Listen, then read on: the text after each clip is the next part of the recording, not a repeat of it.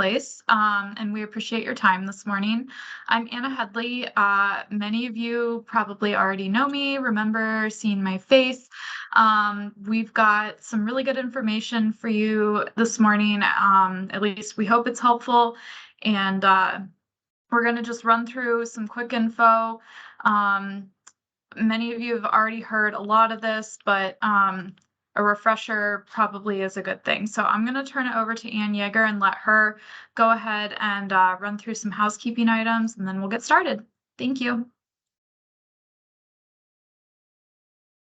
Hi, everyone. My name is Ann Yeager, and I am the Chief of Communications for OFCC. I do want to say that this training is being recorded, and to please keep your cameras off and your microphones muted. The questions will be answered at the end of the webinar, but please use the chat feature for questions that are time sensitive. And when you do so, it's great if you would also put your name and your district within the chat. So just some general housekeeping there. As Anna said, this is an introduction. Welcome and congratulations to everyone and all of the awardees. And I'm admitting everybody as I'm speaking. So in terms of today's agenda, our next item is what's next, kind of like a timeline. And then we're going to go through the treasurer requirements. We'll take you through the design and construction components, as well as the project documentation and reporting, and where you can find all of these resources on the OFCC website. Today's presenters are going to be Paul Mann, who is the Chief of Finance for the OFCC. You just met Anna Headley, the Project Manager for OFCC. Julie Taggart is the Program Manager for OFCC, as well as Chris Colato, who's the Regional Program Consultant for Resource International. And now I'm going to hand it over to Paul Mann, who is the Chief of Finance for OFCC. Paul? Yeah, thank you, Anne. So we're going to start with a timeline of events, starting from the original announcement to the completion of the project. Can you go to the next slide, Anne? Thank you. So the governor and lieutenant governor formally announced the awards on November 3rd. We then at OFCC worked quickly to send all the approval packages to the districts. And we were able to get them all out between November 6th and November 8th. Those packages were sent to the superintendent, the treasurer, and the board president. The packages included a lot of information. There's the approval letter, the scope of the project, board resolution, agreement and exhibits, project budget validation form, and local funding validation form. So again, a lot of documents. Districts then to return the required documentation back to us via DocuSign, which brings us to December 6th through December 8th. The required documentation includes three things. So one, there's a signed copy of the project agreement. Secondly, a board resolution accepting the conditional award. And third, evidence of commitment of local funds. That commitment of local funds is made up of both the local funding validation form and a cash summary report. Next slide. Once the required documentation is submitted, we at OFCC will process an initial draw for the district, which amounts to 25% of the overall award amount. If you provide us the required documentation timely, you should receive funding by December 15th, 2023. We're going to process our first batch of draws, so districts receive funds on that date. The draws will be made electronically, so as long as you have your banking information updated with the state, you shouldn't have any issues. I've reached out to all the districts, the treasurers, to confirm the TIN number, the tax ID number, to ensure we're sending the information to the proper place. So if you haven't confirmed your TIN yet, which there's 5 or 10 who haven't yet, please do so. Just email saying, yes, that is the correct TIN, or no, it's actually a different number. That's just I would say triple check. We have your name, we have your address, we have your TIN, and we're lining all those up to make sure payment goes to the proper place. The remaining 75% of the award will be dispersed prior to bidding when the design has been finalized. We want to make sure you have all your money on hand for bidding. The next date in the timeline to keep in mind is September 30th, 2024, and this is the date all funds need to be obligated. And lastly, September 30th, 2026, that will be a nice date. It will be when all the funds have been spent and the project's completed, and you'll be able to move forward educating kids in these new programs. Next slide. So to be prepared to receive this funding, districts will need to establish a new fund. For the vast majority of you, this will be Fund 495. The only exception are 2 lead districts of compacts that are passing their funding on to an associate district where the project is being completed. Like I said, this exception is only for 2 districts, and they know who they are and have been instructed how to handle that. But for everyone else, you'll need to have your board approve Fund 495. And Fund 495 is a brand new fund to the Uniform School Accounting System. We've worked with the Auditor of State, and they will establish and introduce it on December 3rd, so you'll have access to it in your accounting system. Although it isn't in the Uniform School Accounting System yet, we advise that you go ahead and approve the fund as soon as you can to ensure you can properly account for the funding when you receive it. This slide also shows some of the details for Fund 495 for your reference. Fund 495 is a capital projects fund with a government fund type. Next slide. So we talked about state funding. Next, we're going to discuss local funding. All districts have a local funding requirement, and that's for contingency. In addition to that, some districts have an additional requirement for in-kind contributions. As part of the initial requirement for receiving funding, you need to transfer your funds to a special cost center dedicated to the program. This will allow for unique tracking of the locally funded activity.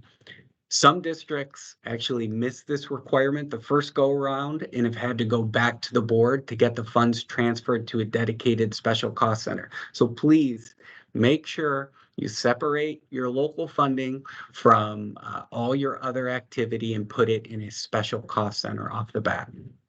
Also, we recommend that you maintain local funding within the fund where the local funding originates. For most of you, this is the general fund or the permanent improvement fund. And we recommend this approach since transferring in and out of funds is not always allowable. So for simplicity, we're saying, hey, just keep it in the same fund, just put it in a special cost center. We have heard from some folks who would prefer not to account for the program in the general fund. If this is your situation, you could decide to transfer the local funds from the general fund to, say, the permanent improvement fund and track it there. But in this scenario, you'll have to reach out to your local auditor to determine how you handle these funds if you have unspent contingency at the end of your project. The Auditor of State is red flags go up when they see transfers. So you have to make sure you're following the rules. Next slide. To help treasurers properly account for their activity, we put together a chart of accounts. The chart of accounts has information for handling both state and local funds. The chart of accounts has all the information you should need to make your entries, including the proper function and object codes to use. This slide includes a snip of the chart of accounts for Fund 495. And the chart of accounts can be found on our website. Later on during the presentation, Anna's going to go through our website to show you exactly how to find it. We also emailed this information to all the treasurers. Next slide. After you receive your funding, a big thing you'll have to keep in mind is, well, how can I spend these funds and spend it in eligible ways? So let's start off with the state funds and how you can utilize those. The key with the state funds is that expenses have to relate to the project scope and be obligated by September 2024 and spent by September 2026. So when I mention project scope, these would be, say, soft costs that include architect fees, survey costs, permits, also costs for preparing the site, construction costs, otherwise known as brick and mortar expenses, which directly relate to the physical condition of the building, as well as equipment costs, including fixed equipment and program-specific equipment needed for your career tech programs. Next slide. Next, we're going to discuss allowable expenses for local funds. So local funds relate to contingency funding and in-kind contributions, and they each have different rules. So first, let's talk about contingency. Contingency is money on reserve to cover unanticipated costs. You'll use this funding for change orders that come up during the project, and there is no requirement to use contingency. You can look at it as insurance in case there is need. If you do have unspent contingency at the end of the project, you'll be able to use that funding for other needs.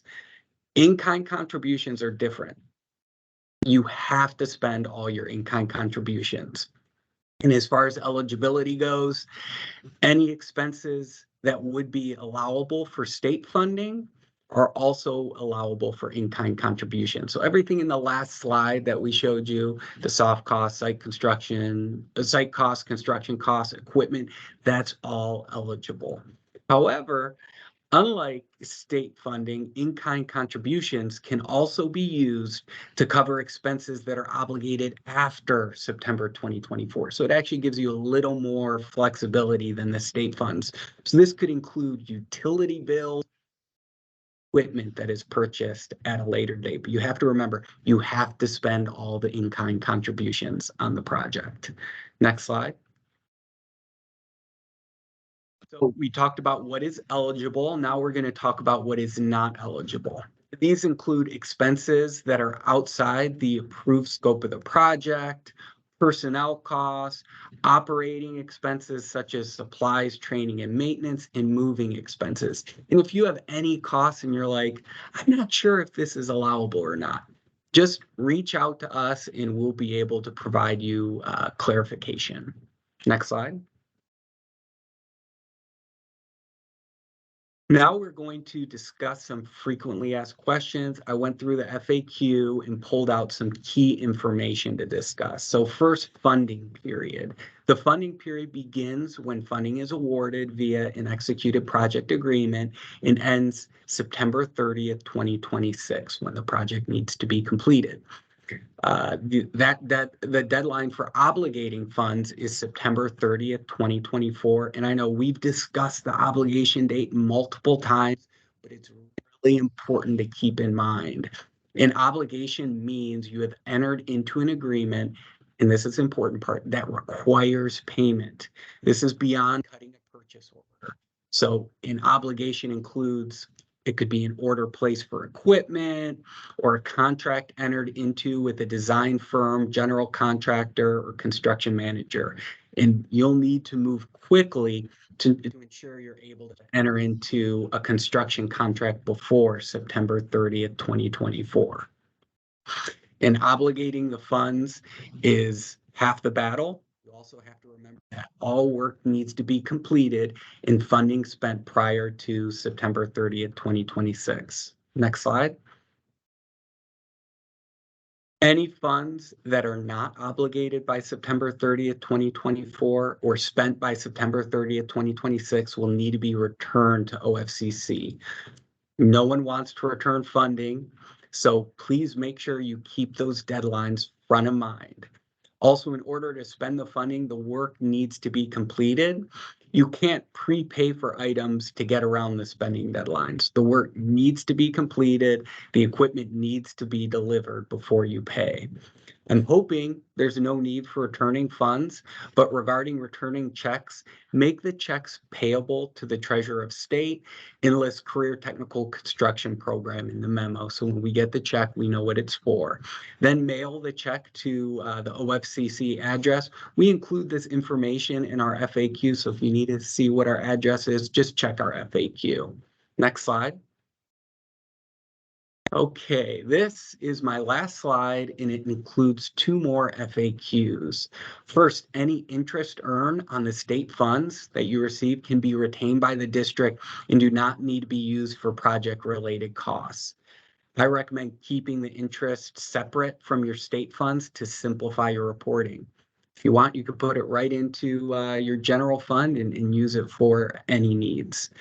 And last but not least, these funds do not need to be included on your federal schedule. It's kind of a unique situation. These funds are considered provisions of government service under the American Rescue Plan Act. And as such, they are not considered federal financial assistance. They don't need to be included on your federal schedule, and they are not subject to the Single Audit Act. I know we went through a lot of items. Wouldn't be surprised if people have already submitted questions, and we'll be able to answer those at the end of our session. For now, we're going to be passing it on to Ann to introduce the next speakers. Thank you, Paul. Our next speaker to talk about the design and construction guidelines and requirements is going to be Anna Headley, the project manager with OFCC. Go ahead, Anna. All right. If I can have my first slide, please, Anne.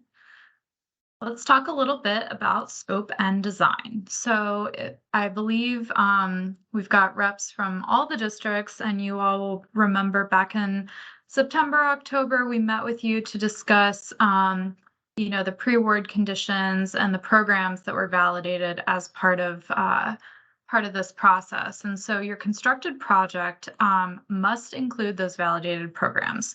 We know that some of you submitted additional programs beyond what were validated. As we've discussed previously, you are allowed to expand your scope as long as those validated programs are included. Districts are also responsible for hiring your own design professionals and any other consultants. So you can choose to work with someone you've already worked with or put out requests for qualifications, however you choose to do that. But you are responsible for hiring those consultants.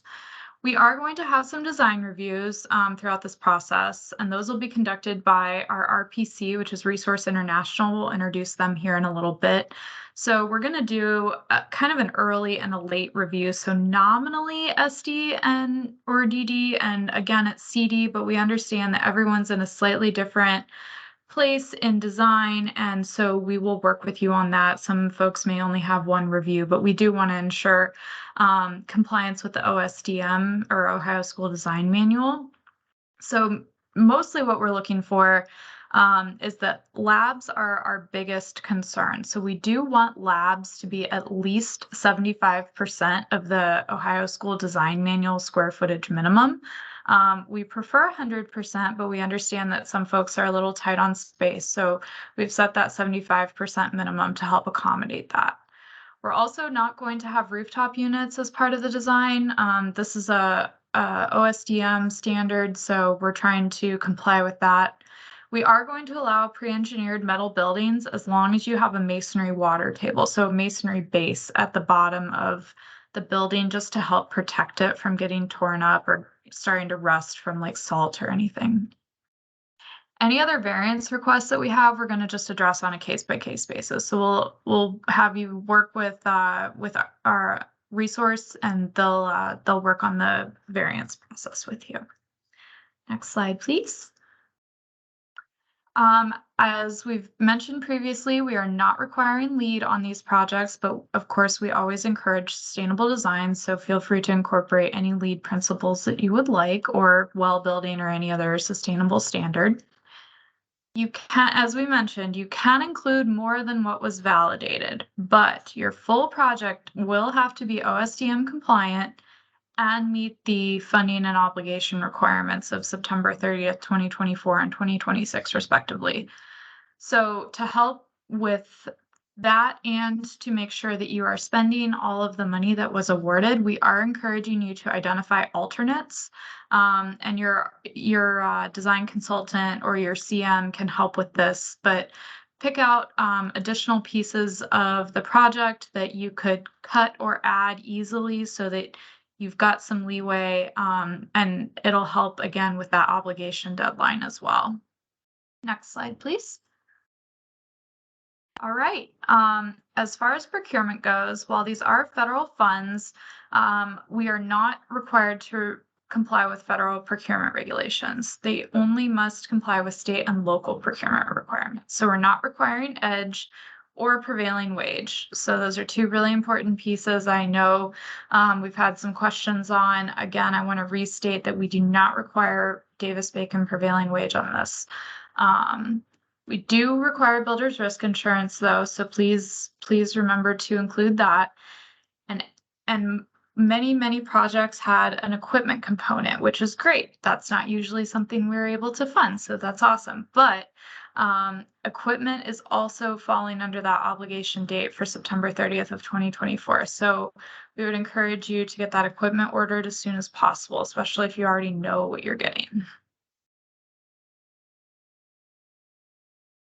So again, in addition to hiring your own consultants, you're also, it's at the district's discretion to decide how they want to administer the project. So you can hire a general contractor, you can do a CM project, construction manager or project, or a design build. It's your choice, just however you administer it.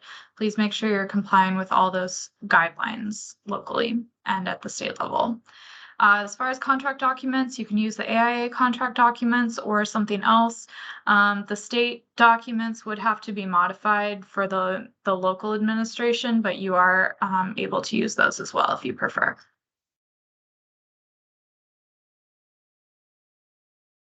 Again, construction administration will be the district's responsibility. So all the reporting and tracking that we're going to require is going to be in conjunction with Resource, our RPC, and it'll be submitted to OFCC for review. So Chris will get into this a little bit more when we introduce them, but just know that there is a tracking component and that will be administered throughout the entirety of the project.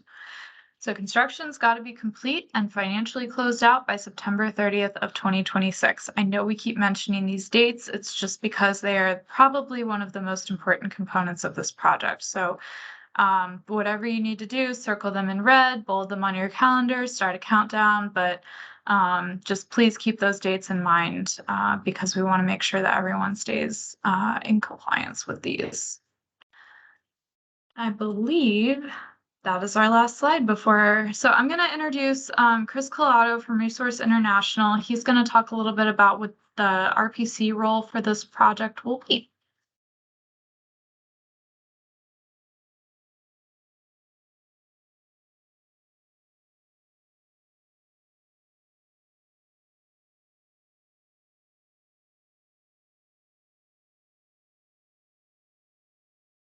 Is Chris on the call?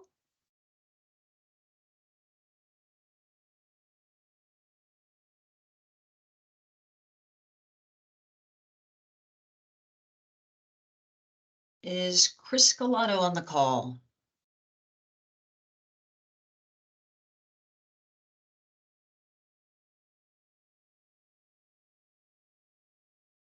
Okay, And I can do his part if we need to.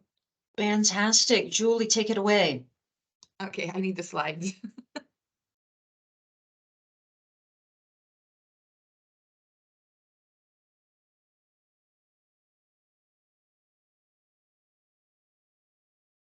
All right, Anne, do you want to share? Oh, I'm sharing right now, actually. Okay, then I have Can you see 'em? something's up with mine, so I can go. So Chris Collado and Don Porvasnek will be our regional program consultant. We refer to them as RPCs. If you've done an out project, you are familiar with these people. They will be helping with project documentation and reporting. And they will be doing quarterly review meetings throughout design and construction. So they will be reaching out very shortly to those of you that have an executed project agreement, and then following with the other group that are still in the process of that execution of the project agreement. They will be setting up these quarterly review meetings through design and construction.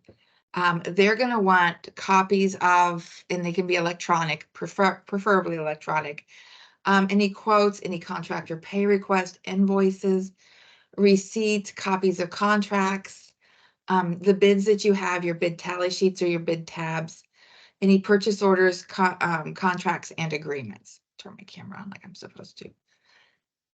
Any vouchers, basically any copies of your checks. And this will generate a quarterly report for the OFCC and OBM, by the way. This information will be transferred up the government ladder here. And then basically, the retention schedule is 5 years after all funds have been expended or returned. That will be the district's responsibility to keep all that paperwork, although we will have the reports. Next slide. During design, we will be doing design manual reviews. And depending on where you currently are in your project, this will be an early design review at schematic or design development, and then another one prior to bidding, somewhere in the GMP construction document phase, so that we ensure that we've got that 75% for the lab size and that we are meeting design manual requirements. Additionally, they will help close out the project financially by that 2026 date, so that we could get your any money back to the government or the state or the federal government, and finish up your project. And Anna, if you want to talk about the website. Sure.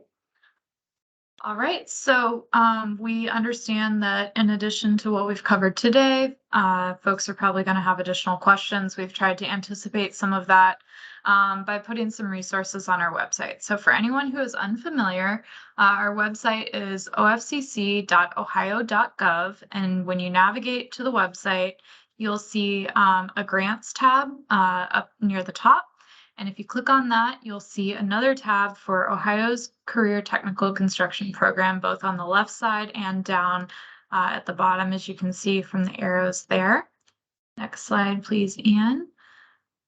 But the biggest item that we would like to point out is the resources tab. So once you're in the Ohio's Career Technical Construction Program section, you'll see a grant program resources section. And if you click on that, you'll see the chart of accounts that Paul mentioned earlier, as well as the FAQs that we've sent out a couple of times now, and our guidelines. So just a reminder that FAQs are a living document. We are trying to update that with as much information as possible. So you'll see the latest date next to it when you go to that section.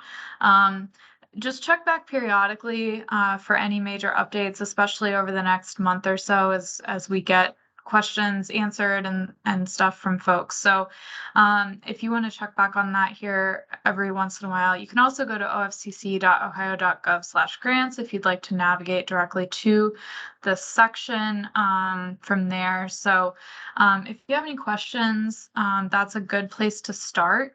We're also going to post the webinar under that section after we're done today. So if you would like a rewatch or would like to just check that out, or if someone wasn't able to make it from your district and you'd like them to be able to watch, just check back there. In the next couple of days, it'll be posted as well under that resources section. So I think that I'm going to turn it back over to Anne to wrap us up here, and we'll get some questions answered. Thank you, Anna. So I know this was a lot of information here. We went through kind of the timeline about where we started to the next particular steps. We talked about the treasurer requirements, as well as information on design and construction. And we went through the project documentation and reporting, and all of the resources that can be found on the OFCC website. So in terms of, I believe that we do have some questions in the chat. I know that Brandy asked before whether or not this PowerPoint presentation is going to be available. It is. And also to Anna's point, this video recording is going to be on our website as well. For more information, also, you can contact Career Tech at ofcc.ohio.gov. So let's look at some of the questions here in the chat. Okay, I see Jamie Nash from Gallia Jackson Vinton. JVSD, our project is ready for bid and we plan to start bidding next month.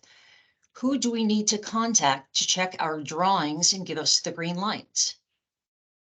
Paul, is that for you or is that for Anna? That would be for the projects folks, either Julie or Anna. Julie or Anna? So this is actually for Mr. Collado, who doesn't seem to have a mic today. So I do have a question. Have you received your fully executed project agreement? I can't remember if this one's on the list or not. Once you have that, you can go ahead and get moving, and then we will, Chris will get in contact with you and get your drawing so he can start doing the review. So it's basically going to happen at any moment. If you want to go ahead and send those into us, the drawings and the specs, we can get them over to Chris so he can start looking at them.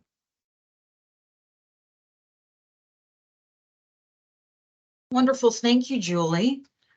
We do have a question from Melissa Harner with Great Oaks Career Campuses. Should change orders still be board approved? You should follow all your regular processes. So if your regular process is for change orders to be board approved, make sure they're board approved. Fantastic. Thank you. We do have a question also from Debbie. Are construction attorney legal fees allowable from the grant funds? Okay, that's me again. And yes, those fees are allowable. Those would be part of the soft costs.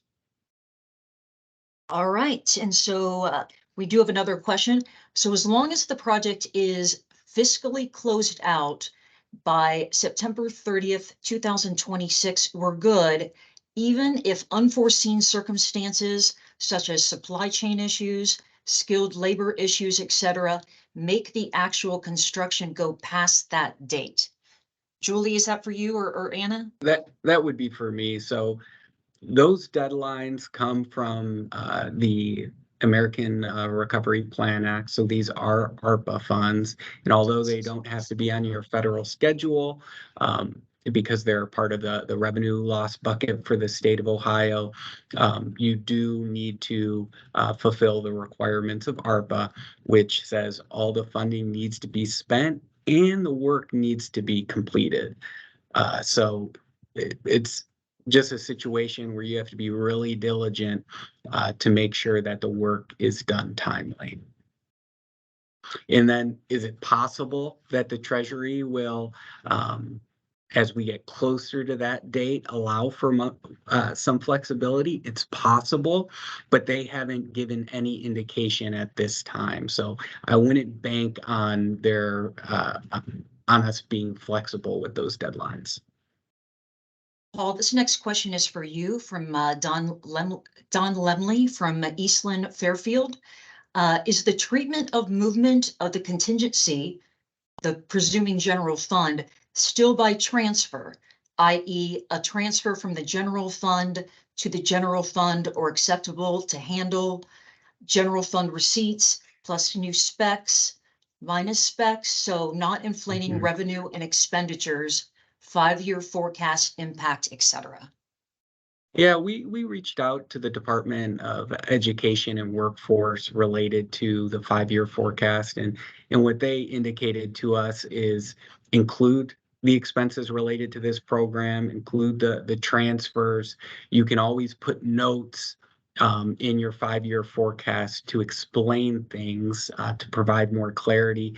And if you're just not comfortable, you could always decide to move the funding out of the general fund into the permanent improvement fund. And with it being moved to the permanent improvement fund, it's out of that 5-year forecast. Paul, thank you. We just got something else from the chat from Pat Gibson from Upper Valley Career Center. Are long lead equipment purchases permitted outside of bidding? So the important thing when you're using state funds is that it needs to be obligated by September 30th, 2024. And that obligation means there's a requirement for payment. So if you make an order, that's considered an obligation. So it's not the bidding time that you have to be concerned about. It's the September 30th, 2024. If you have in-kind contributions, there is flexibility and you can go beyond that date. But so long lead times means you order it and then it takes a while before you actually get the equipment. So if you order it before September 30th, 2024, you're good. You just need to make sure that it is delivered and paid for before September 30th, 2026.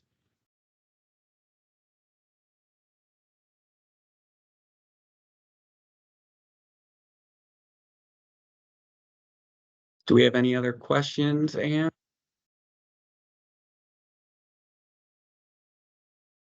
I don't believe we do have any other questions. I know that this was a lot of information for everyone, but as Anna mentioned, this reporting is going to be on our website, as well as if anyone has additional information or questions, feel free to reach out to us at careertech@ofcc.ohio.gov. You can also reach out to Anna as well as Paul.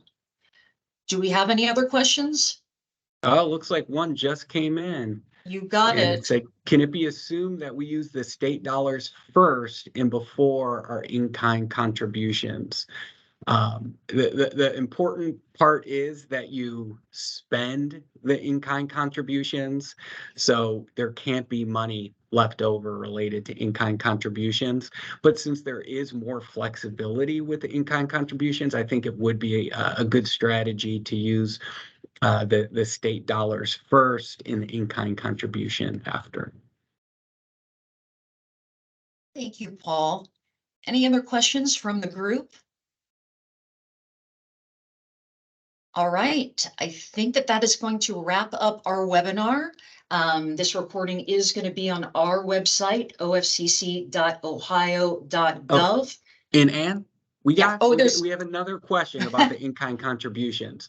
So Okay. the in-kind contributions do not need to be obligated by September 30th, 2024. That's just the state funding. There's a little more flexibility with your in-kind contributions. So in the slide where I was talking about this, I said, hey, you might want to use the in-kind contributions for equipment that might be purchased after 9/30/2024, or utility costs related to that new space, which obviously wouldn't be able to be obligated by September 30th, 2024. Thank you, Paul. Any other questions from the group? Well, I would like to close this out by saying congratulations to the awardees. And again, feel free to reach out to us at careertech@ofcc.ohio.gov. Everyone have a wonderful day. Thanks for joining us today. Oh, do we have another? Oh, I think we're good. Okay, anyone, I believe that we had maybe one other question. There is one more, Anne. Okay. We have a question from Dawn Lemley. She said, for the equipment purchases, should we follow normal board policy for procurement? Loose equipment not required to bid. So you have to follow your normal local rules and state laws and requirements. So just follow your traditional procurement procedures and you'll be good to go. Fabulous. Thank you, Paul. Yeah, so even though And- this is federal funding, the federal procurement requirements don't apply, but the guidance from the US Treasury is follow your normal state and local requirements. And I'm seeing lots of thank yous, but no other questions. But as soon as you say bye, Anne, there's going to be one more question. I know. One last go. Any other questions before we leave the webinar?